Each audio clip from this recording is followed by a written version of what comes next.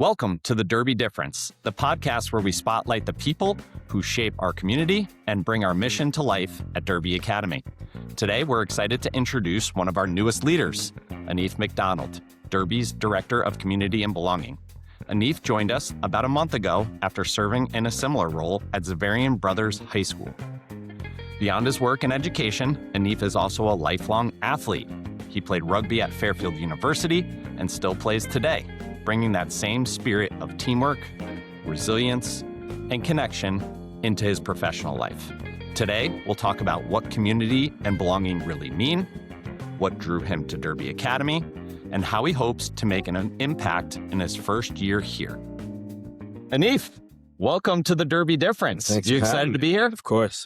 Are Excited. you a listener of the Derby Difference, or is this going to be your first listen? No, this will be my third listen. Third listen. Okay. Actually, I probably won't want to watch my own episode. I know. I've heard that a lot, that Mary Beth Murphy didn't want to listen to her own voice. A couple other people didn't want to listen to their own voice. Yeah.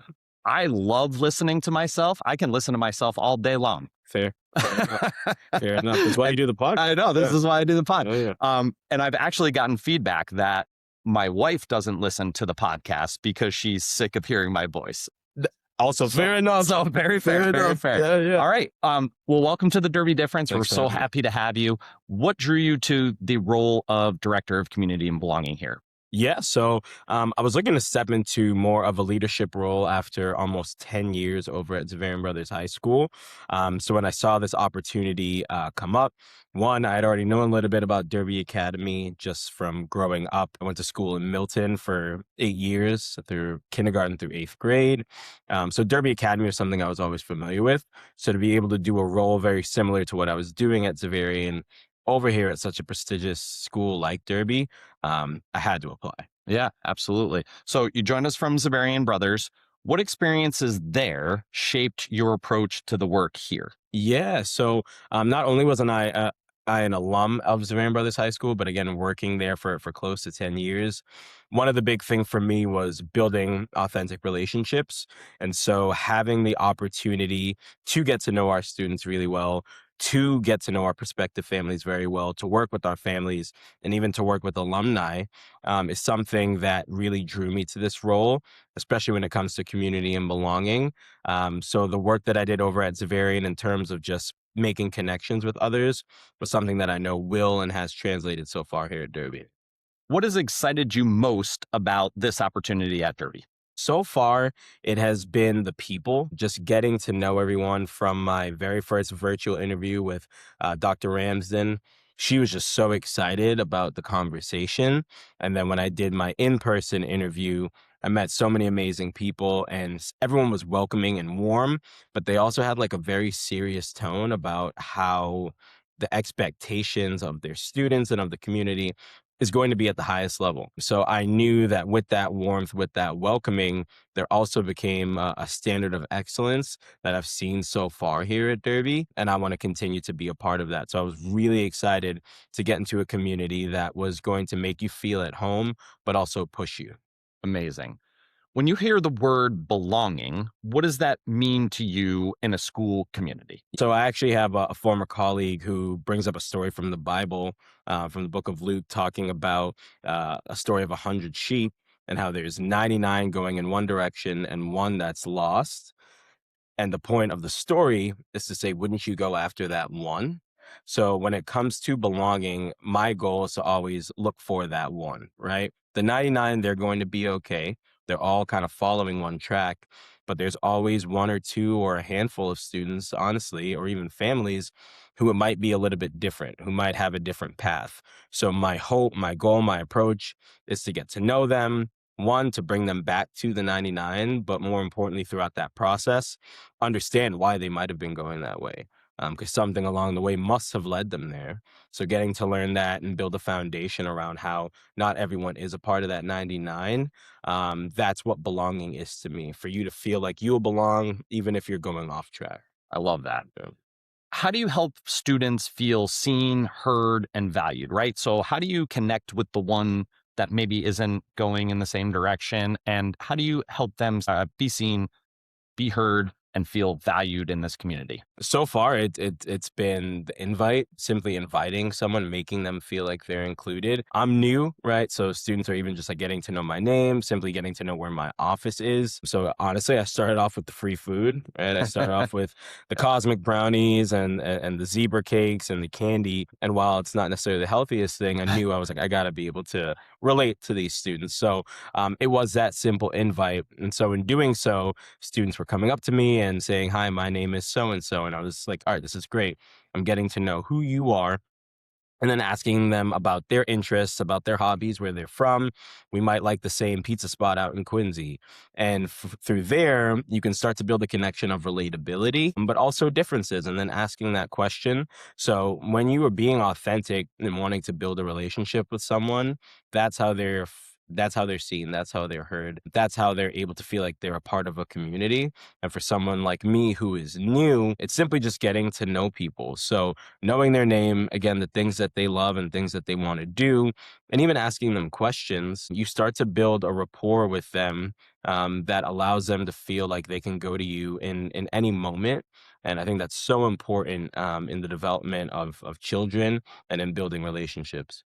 There is no easier way to a student's heart than through food. Yeah. I do the same thing in my office with a Yeah. candy bucket. All the eighth graders, it's an eighth grade privilege to come in here and Yeah. get a little treat.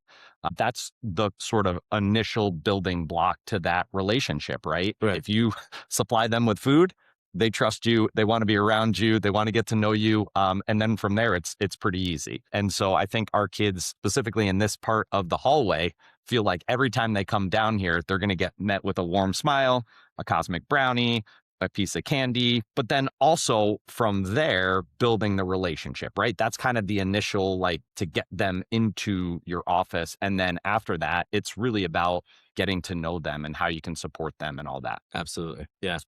What role do faculty and families play in building a culture of belonging? Funny enough, within my first couple weeks here, I had met with DFC, as well as Derby Serves. I met with the board, who kind of double as parents as well, right? So there was a lot of interactions that I saw within our families in terms of building inclusion and building belonging with me as a new employee. When it comes to the faculty, though, I see them at all the different games. I see them as coaches. I see them at morning meeting. I see them saying hello to the students every morning, highlighting whatever they're doing inside of the classroom, outside of the classroom, at the morning meetings. So when I think about faculty and family and how inclusion and belonging is here at Derby, I see us doing everything as a community and being there for the students inside and outside of the classroom, and involving the parents, whether it be transparency about what your child is doing in school, or through those celebrations of excellence, or through games. There's many ways for our students to know that it's not just student run. We have your families and your adults and your parents at home who are included in the process, while our faculty are doing all that they can co-curricularly with their academics, as well as with their social emotional well-being. Our parents are actively involved in sort of every part of Derby. And it's great to go out to the games. You'll be going out in the spring. And, most families are there to support their children. Not only are the families there, but also faculty are there. They might be coaching, Yeah. but a lot of times when I'm coaching baseball, I'll look up on the hill and I see, a ton of different faculty members there to watch their students play. Yeah. And that is the part of community that I absolutely love, is that we're all invested in what these kids are doing, Yeah. even if it's not the sport that you coach or the activity that you do. I love that. Absolutely. Yeah. Talk to me about the students, because obviously they're our most prized possessions. We work with students at such a formative age. Why is this stage of development so important for community building work? Students start to build a sense of belonging in early childhood, and we all know they ask questions, right? Why does this person look like that? Why does that person do that? Why do they wear this? And I think back to my childhood and how I grew up not knowing anyone who had any disabilities, right? And it wasn't until I got to being an adult where my grandmother needed to be in a wheelchair, and all of a sudden my mind switched where I was like, are there elevators there? Is there a handicap rail? Is there a ramp that she can use? And so I realized that the exposure to different kinds of lives, or listening to different stories, or reading different books with certain characters, whatever it might be, I just wasn't really entrenched in that environment. Whereas, for example, my aunt, who's in Jamaica, she's deaf. And when I was younger, I always would see her around. And, my dad's siblings, they use sign language and such. So if I saw someone out in public who maybe wasn't speaking or using their hands from a very young age, I knew, oh, this person must be deaf. So maybe don't yell, or maybe use your hands, or get a little bit closer and try to be more performative with how you're describing something. So it really dawned on me that people's life experiences are going to be different.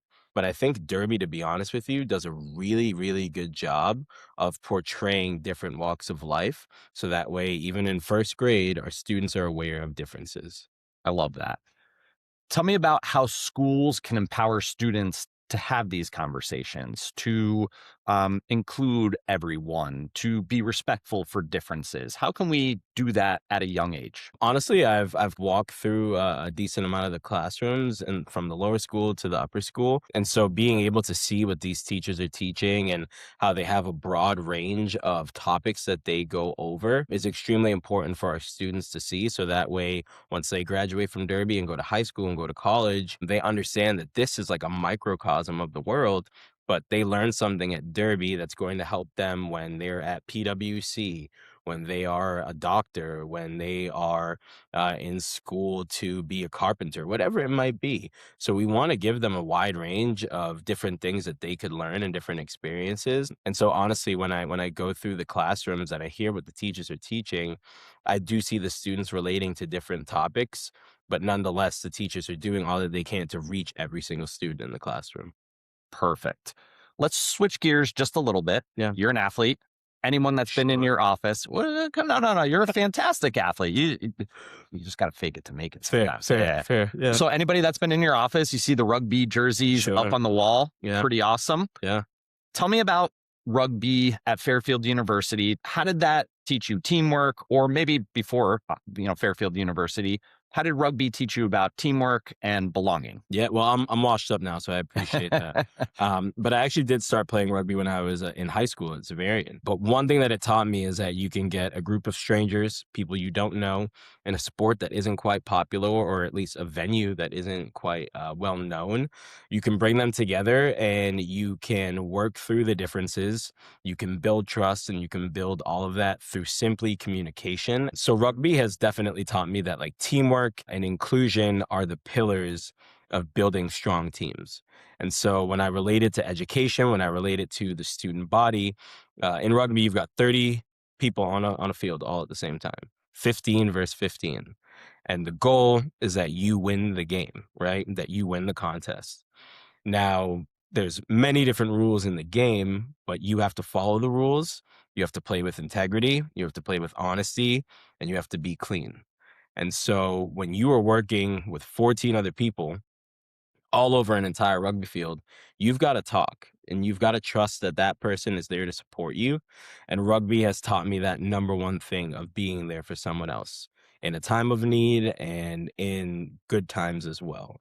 So it's taught me that you need to be there for one another, and you need to, no matter what you look like, no matter what your background is, trust in that person. But that comes with practice. That comes with unlearning certain things. But more importantly, it comes with the fact that you know who is near you and who's next to you, and that they're there to help you through anything. I really like that.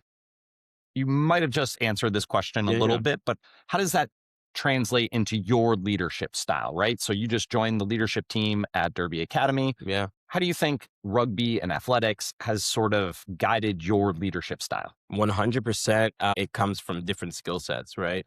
So in rugby, we've got really big people who might be slower, but they can hit really hard, right? But you've also got some taller, skinnier players who might not be able to hit as hard, but they're really, really fast, right? So they can score on the outside. When it comes to leadership, you might have someone who might be quite assertive in how they are handling certain projects, but they're extremely organized. but you might have someone who's a little bit more quiet, but really good with data. Or you might have someone who is really outgoing and really well spoken, but struggles with organization. But when you put all those people together, you have one strong unit. And I think when it comes to a leadership team and leadership styles, when you get people from different walks of life with different skill sets and you bring them all together, there's nothing that you can't do. Yep. Right. But also, and even more importantly, you put all those people together, you start to learn from one another. So the things that might be a weakness that you have is a strength from someone else, but that doesn't mean that that stays their strength and that stays your weakness. You can build and grow off of one another. And I think that's the beauty of leadership right there, is helping someone along the way in the areas you might be really good in. You can admit failure in the things that you are not and ask questions in order to make yourself better. Perfect. I love that answer. So, your first year here at Derby, Yep. what are some of the goals that you have for now until the end of the year and maybe even into the beginning of the fall? Yeah, it's kind of a medium-sized goal, but it's genuinely to get to know, like, every single person's name. That's a big goal. I guess it might be a big goal, yeah, but if you want to feel like you are included, if you want to feel like you belong, if you wanna feel like you're a part of a community, if someone says, "Hey, Jeff," you're gonna turn, right? Because that's who you are, and then if they were to ask you about baseball, that's even further, Sure. right? So my first step is to get to know the names. Yep. With that, I can definitely build upon knowing interests and things that they're involved in, and even, families as well. So that's really my main goal for the end of this year, but also to have a really successful service day on April 10th, that I'm looking forward to. And again, it's been a couple of weeks, if not like a full month and a half or so, that I have been here, but I know how important service learning is to Derby. So I'm really excited, as that's something that's very near and dear to my heart, to be able to execute that, in partnership with a lot of the leaders and families and students here too. Do you want to talk about that service learning day and kind of get the kids and parents primed up for it? Yeah, so it'll be focused around health awareness. So we're working with a couple of different organizations that are local to the Boston area, which I think is great. So we have that relatability, but it's more so raising awareness, about different families and children and, the circumstances that they go through, and how it might not be easy for them to access certain things, and how we at Derby might be fortunate enough to be able to help them and provide resources for them to make their lives a little bit easier. Wonderful. And that date again is Friday, April 10th. Friday, April 10th. All right. Yep. Well, we got to make sure to get this episode Sure. out before that. Sure. A lot of pressure on me, No, but I that's think all I right. can handle it. What advice would you give to students about building strong, inclusive communities? Yeah. It sounds easier than it is, but be open. Again, I think you might be a student who is from Hingham, but you also might be a student who's coming from Mattapan or Duxbury, right? Three different areas. They come with three different walks of life, three different experiences. And so getting to a school or any area that you might not know someone, yeah, there'll be a little bit of a learning curve and there might be a challenge in getting to know who they are. But the beauty is that we're all here at Derby Academy. So you have to understand that that's your classmate, that's a friend, that's a peer of yours. So try to build relationships with people that you don't know, even if it might be uncomfortable. Because again, our goal is for our students are successful when they leave these four walls. And so if they can get to that next school, that next step, that next chapter of their life, and people can say, "Oh, you must have gone to Derby Academy." That's what I want our graduates to look like. And from my purview, being, here again for about a month and a half or so, when I heard that a student went to Derby Academy, my ears perked up. I got a little bit more attentive to what they had to say or what they were doing, because I know the standard of excellence that we have here at Derby. Yeah, I love that. And we just listened to Matt Magoon talk this morning about Yep. how amazing it is to be a part of this community. And we should be grateful and we should, show our gratitude for being at Derby because it's such a special place. Oh, yeah. And I thought that was especially meaningful coming from Matt, who's an alum. We had our leadership speaker series about 2 weeks ago, 3 weeks ago now. And Richmond Holden, who is a Derby alum, said the exact same thing. Yeah. He is so grateful for the opportunity to go to school here. And I think sometimes you kind of forget about that when you're in the daily grind of getting your work done and all that. But we are meeting amazing new people almost every single day. And Yeah. I think our kids can really probably do a little bit better of a job of like going up to that person that maybe you haven't connected with yet and saying, hey, what are you doing this afternoon? Do you want Yeah. to go downtown together? I think that could really help our community for sure. Yeah, absolutely. Uh, Yeah. Favorite moment at Derby so far? Do you have any that kind of come to mind?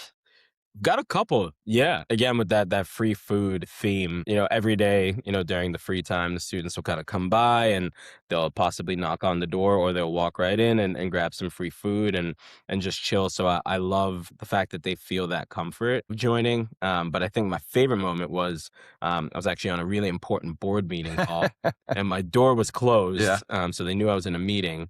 And I had maybe like 7 to 8, might have been more, you might know better than Yeah. me, knocking on the door, waving, and I was able to say, "Hey, yeah, I guess my time here is going well," and I panned my laptop over, and they were like, "All right, so I don't know what's going on over there, but Seems it important. seems like it seems like you might need to get the door." But, it's just fun, and I think the students here they seem happy, right? They're vibrant, they are involved, and they just seem like they want to work hard. They don't shy away from the difficult challenges that they may face. And that's why they're so successful going to high schools and colleges and playing D1 sports, whatever it might be. So it's a testament to the work that you do, right? But also what our faculty and staff, help them build upon. And I just think that's absolutely amazing. Yeah, I love that moment too, because they were confident that they were the most important thing that In the could world. possibly be going on. Yeah. And you're like, I'm actually on a meeting with the board here. It's Yeah. maybe slightly more important than you getting a cosmic brownie in this very 100%. moment. Yeah. They were very disappointed that you weren't able to answer the door, but I'm sure. but I Yeah. think they got over it pretty quickly.